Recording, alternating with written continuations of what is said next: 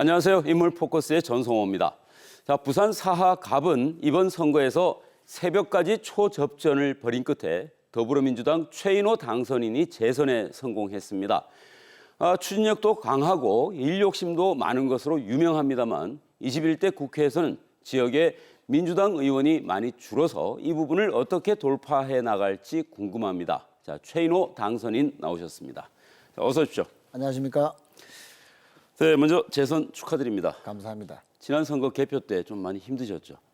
예, 좀 힘들었습니다. 아니, 당선 인사하실 때 보니까 뭐 죽다 살아났다는 표현을 하시더라고요. 예. 아, 정말 힘드셨구나. 사하갑은 참 선거할 때마다 박빙이에요. 자, 상대 후보 지지한 유권자들이 그만큼 또 많다는 뜻 아니겠습니까? 그런 부담도 좀 있을 것 같은데요. 일단 재선 소감부터 부탁드리겠습니다. 우선 이제 다시 한번 일할 수 있는 기회를 만들어 주신 저희 사하 국민들께 진심으로 감사드립니다. 네. 정권 견제론 때문에 저를 지지하지 않았던 분들도 참 이런 열심히 잘했다 이런 평가를 해주시거든요. 그 말씀은 앞으로 우리 사하 국민들이 사하 발전이라는 큰 대의 속에서 하나가 될 것이고 또 하나가 되고 있다 이렇게 말씀드리면서 사하 발전을 위해서 최선을 다하겠다. 지난 4년보다 더 열심히 한다. 더 일 잘한다 하는 평가가 나오도록 최선을 다할 그런 각오입니다. 아, 네. 자, 이제 전국적으로 사실 더불어민주당이 앞서는 했죠. 그런데 지역에서는 그렇지 않지 않습니까?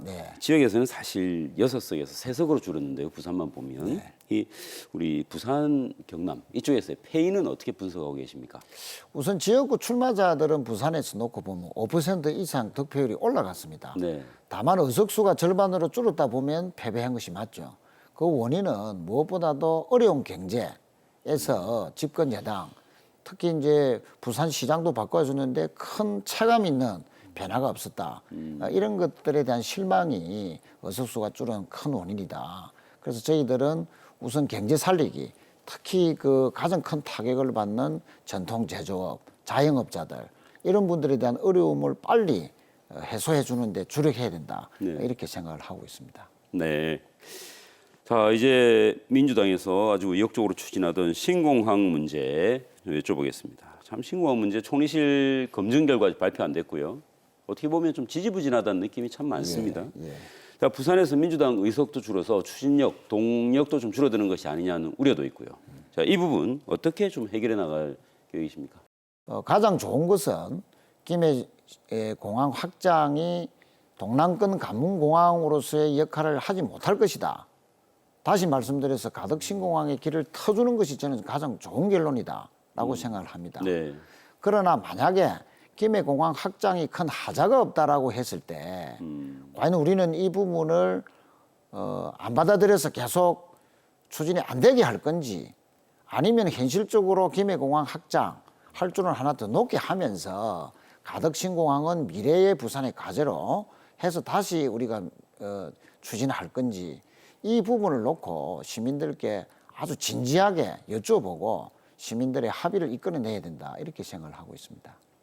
네, 최 의원님께서는 20대 국회에서 전반기 국토위, 후반기 산자위 하지 않으셨습니까? 사실 지금 새로 당선되신 초선 의원들께서 가장 많이 지원하는 곳이 국토위, 산자위인데 초선 때 2군데를 다 하셨어요. 21대 때 새로 국회가 시작되면 상임위 어디로 하시고 싶습니까? 뭐 21대도 뭐 20대 이어서 그렇게 하면 좋겠는데 또 뭐 제 뜻대로는 안 될 수도 있습니다. 다만 우리 지역구로 보면은 하단 녹산선 국가사업화, 또 제2대 터널의 혼잡도로 지정 이런 굵직한 사업들이 또 있고요. 부산 전체로 보면은 경부선 지하 문제, 또 에코델타 시티, 또 스마트 도시 건설, 도시 재생 이런 산적한 현안들이 많아서 뭐 가급적이면 국토위를 하고 싶다는 생각을 가집니다. 아, 다시 국토위로? 그럼 만약에 안 된다 하더라도 해오던 일이 있고 또 국토부 장관이나 간부들과 다 교류가 깊기 때문에 뭐 차질 없이 잘 해낼 수 있을 것이다 이렇게 보고 또 열심히 할 그런 각오입니다. 네. 자, 참 최근에 부산시에 큰일이 있었습니다. 이 오거돈 시장 성추행 추문으로 인한 사퇴. 이게 대해서 이제 이 당선인께서 직접 사과도 하셨고 민주당으로서는 지금 1년 뒤에 보선 또 그 1년 뒤에 지방선거와 대선 두고 참 곤란한 문제가 될 수 있는 것 같은데요. 한간에 이런 얘기가 있습니다. 이 정도 문제로 보궐선거를 치르게 되면 그 원인을 제공한 민주당 쪽에서 후보를 내지 않는 것이 맞다라는 의견들이 있습니다. 어떻게 생각하십니까?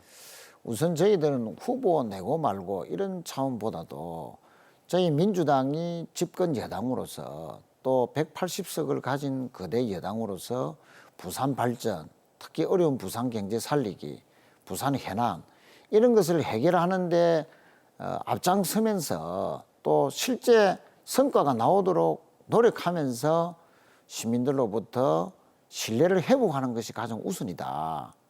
이렇게 보기 때문에 저희들이 지금 현재 후보를 내자 말자 이런 그 논쟁을 하는 것 자체가 시민들에 대한 예의가 아니다 이렇게 생각을 합니다. 당 내에서 얘기들은 좀 있나요?